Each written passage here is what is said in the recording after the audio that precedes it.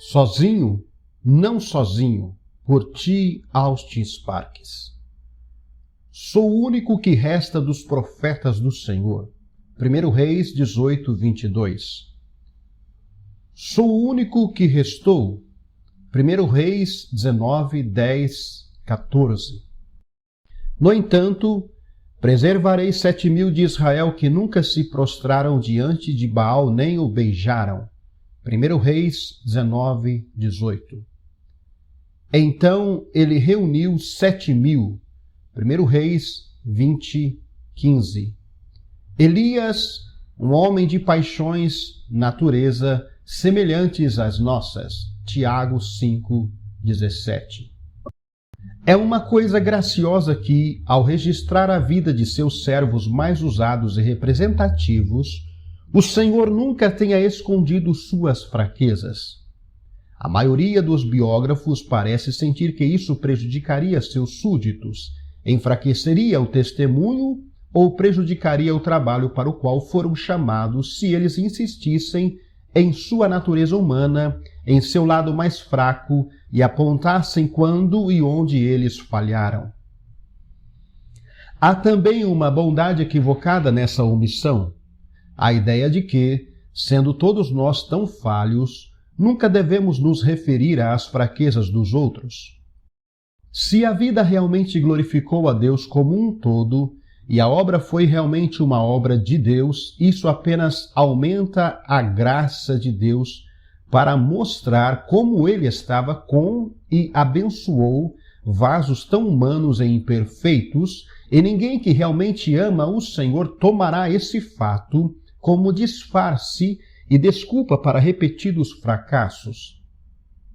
Ao mesmo tempo, é verdade que Deus é o único que tem o direito de falar das fraquezas humanas e todo aquele que o faz sob sua direção deve fazê-lo com profunda humildade e temor.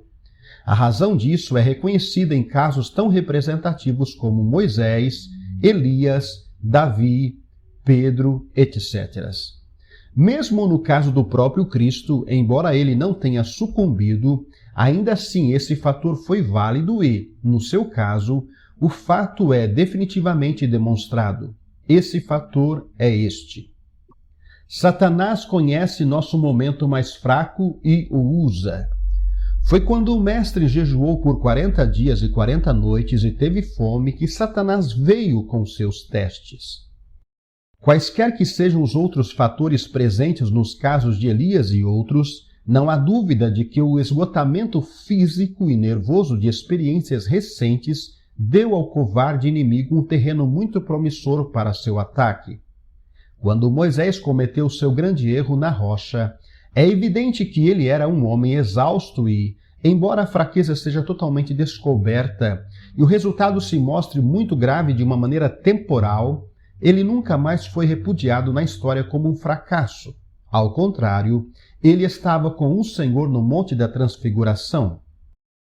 Davi ainda ocupava seu lugar de grande honra e valor nos propósitos divinos, e seu nome vai até o fim das Escrituras com reconhecimento divino, apesar das graves quedas no caminho. Ele sofreu, é verdade, mas Deus sabe que na vida daqueles que contam para ele há forças em ação que são extras às fraquezas humanas comuns. Isso fica muito claro no caso de Pedro, cujo terrível fracasso foi dito pelo Senhor como obra de Satanás. E não há dúvida de que Satanás conhecia o ponto fraco e o momento fraco de Pedro. Devemos, no entanto, ter em mente que, embora as Escrituras sobre esses assuntos nos sejam dadas para nosso conforto e para engrandecer a graça de Deus, elas não pretendem nos enfraquecer ou desculpar nossa fraqueza, mas para nos conscientizar de como Satanás pode obter uma vantagem e indicar os pontos de perigo ao longo do caminho da utilidade espiritual. No caso de Elias que está diante de nós, há uma coisa que queremos observar, e a observação que sentimos será uma ajuda para alguns. É o seguinte: no momento de sua fraqueza, Satanás semeou uma mentira na mente de Elias e Elias a aceitou. Nosso Senhor disse de Satanás que ele é um mentiroso e o pai da mentira. João 8,44. Nesse caso, ele gerou a mentira de que Elias era o único profeta fiel a Deus que restava em Israel. Havia terreno para aquela semente. O homem estava travando uma batalha solitária, arando um sulco solitário, percorrendo um caminho solitário. Não há dúvida sobre isso. Solidão faz parte do preço da liderança. Se estamos procurando prosseguir com Deus em qualquer grau além do que é comumente aceito como uma verdadeira vida cristã, se formos chamados a abrir o caminho para qualquer avanço adicional na vida espiritual ou no serviço divino, se nos for dada uma visão da vontade e propósito de Deus não vista pela massa geral do povo de Deus, ou mesmo pelo maior número de servos de Deus, nosso caminho será solitário. Existem muitas outras maneiras pelas quais podemos sentir solidão. Pode ser por razões geográficas ou pode ser por causa de uma experiência interior pela qual estamos passando, uma experiência ou fase que não pode ser compartilhada por outro, mesmo o mais próximo de nós.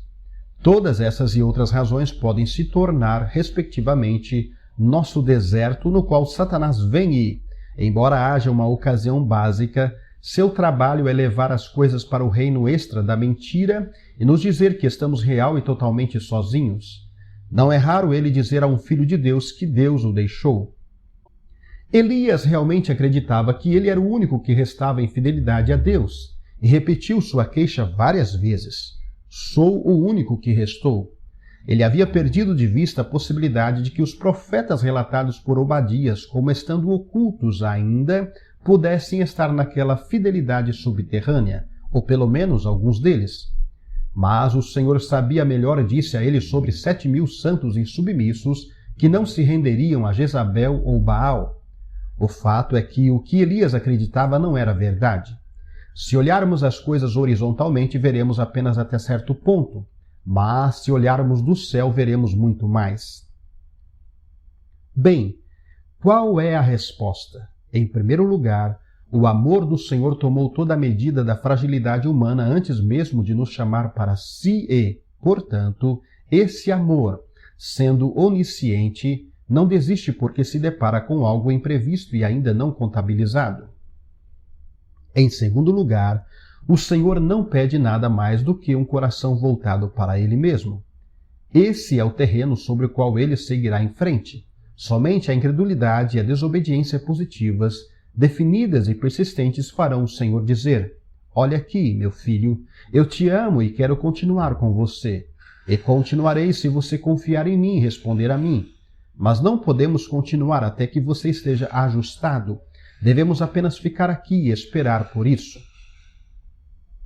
Em terceiro lugar, se é verdade que o Senhor não deixa nem abandona os seus, é igualmente verdade que eles não estão sozinhos quanto aos outros do próprio Senhor.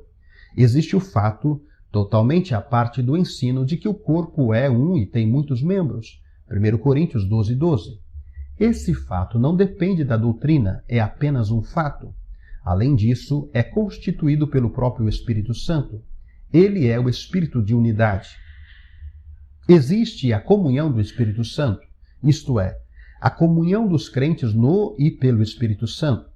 Sempre há crentes orando por todos os santos, a grande maioria dos quais são totalmente desconhecidos para eles neste mundo. Se tomarmos nossa posição sobre o fato de Deus neste assunto e, pela fé, assumirmos o valor de toda a oração por todos os santos, deveríamos encontrar um maravilhoso alívio e reforço em nossa solidão. Mas vamos encarar o fato de que uma certa medida e tipo de solidão se conectará com qualquer valor particular que o Senhor já tem, ou está procurando ter em nós, e devemos aceitar isso com coragem, lembrando a nós mesmos que, se não fosse assim, determinado valor pode não ser possível.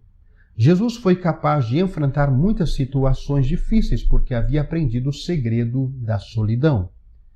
De acordo com o desejo de T. Austin Sparks, de que o que foi recebido gratuitamente seja dado gratuitamente e não vendido com fins lucrativos, e que suas mensagens sejam reproduzidas palavra por palavra, pedimos que você opte por compartilhar essas mensagens com outras pessoas, para respeitar seus desejos e oferecê-los livremente.